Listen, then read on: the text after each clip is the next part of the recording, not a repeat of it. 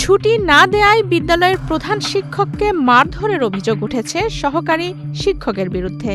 ঘটনাটি ঘটেছে গত ২ জুলাই শরীয়তপুরের ভেদরগঞ্জ উপজেলার আব্বাস আলী সরকারি প্রাথমিক বিদ্যালয়ে। অভিযুক্ত দেলোয়ার হোসেন ওই বিদ্যালয়ের সহকারী শিক্ষক এবং প্রধান শিক্ষক মোহাম্মদ আলী আসাদ মিয়া। এ ঘটনায় ১ মিনিট ৪৪ সেকেন্ডের একটি সিসিটিভি ফুটেজ সামাজিক যোগাযোগ মাধ্যমে ছড়িয়ে পড়লে বিষয়টি আলোচনায় আসে। এভাবেই কোটি কোটি মানুষের ঘরে দেশ জুড়ে ফ্রিজ একটাই, ওয়ালটন। সিসিটিভি ফুটেজে দেখা যায় অভিযুক্ত সহকারী শিক্ষক দেলোয়ার হোসেন একটি শিশুকে নিয়ে শিক্ষকদের কক্ষে প্রবেশ করেই তিনি চেয়ারে বসেন। কিছুক্ষণ পর তিনি শিশুটিকে একটি চড় মারেন। এরপর হঠাৎ ক্ষিপ্ত হয়ে পাশে বসে থাকা প্রধান শিক্ষক মোহাম্মদ আলী আসাদ মিয়ার ওপর চড়াও হন। এ সময় তাকে প্রধান শিক্ষককে এলোপাথারি কিল, ঘুষি ও চড়-থাপ্পড় মারতে দেখা যায়। এ ঘটনায় ৪ জুলাই শনিবার উপজেলা নির্বাহী কর্মকর্তা কার্যালয়ে এবং সখীপুর থানায় পৃথক লিখিত অভিযোগ করেছেন প্রধান শিক্ষক মোহাম্মদ আলী আসাদ মিয়া।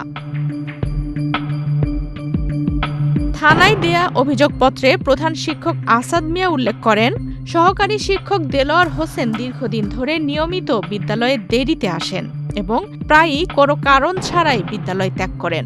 বিষয়টি একাধিকবার মৌখিকভাবে জানানো হলেও তার আচরণে পরিবর্তন আসেনি। এতে আরও বলা হয়, গত ২ জুলাই সকালে দেলোয়ার হোসেন নৈমিত্তিক ছুটির আবেদন করেন। তবে ওই দিন উপজেলা সহকারী প্রাথমিক শিক্ষা কর্মকর্তার বিদ্যালয় পরিদর্শন এবং জরুরি সভা থাকায় তাকে ছুটি না নিয়ে দায়িত্ব পালনের অনুরোধ জানান প্রধান শিক্ষক। এতে দুজনের মধ্যে বাকবিতণ্ডা হয়। এক পর্যায়ে প্রধান শিক্ষককে কিল, ঘুষি ও থাপ্পড় মারেন দেলোয়ার। পরে তার গলা চেপে ধরে মাটিতে ফেলে শারীরিকভাবেও লাঞ্ছিত করেন। প্রধান শিক্ষক মোহাম্মদ আলী আসাদ মিয়া বলেন, দেলোয়ার নৈমিত্তিক ছুটি চেয়েছিলেন।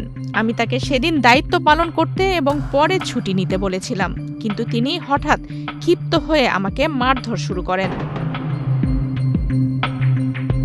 এ বিষয়ে অভিযুক্ত সহকারী শিক্ষক দেলোয়ার হোসেনের বক্তব্য জানা সম্ভব হয়নি। তবে অভিযোগের বিষয়ে তদন্ত করে প্রয়োজনীয় ব্যবস্থা নেওয়া হবে বলে সংশ্লিষ্ট শিক্ষা প্রশাসন সূত্রে জানা গেছে।